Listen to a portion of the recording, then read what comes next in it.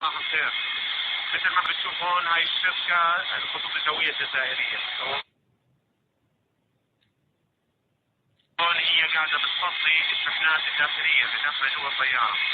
بس ايش اللي بصدمني كثير انه الشركة اللي بتعملها اللوجستيك هي اللي تنزل الطيارة هي شركة إسرائيلية، زي ما بتشوفوا هون هي شركة لاش.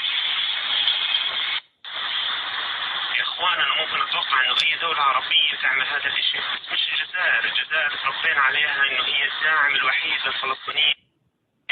مش قادر اقتنع انه بتتعاون مع شركة اسرائيلية. عن جد الموضوع هذا صدمني بشكل مش طبيعي.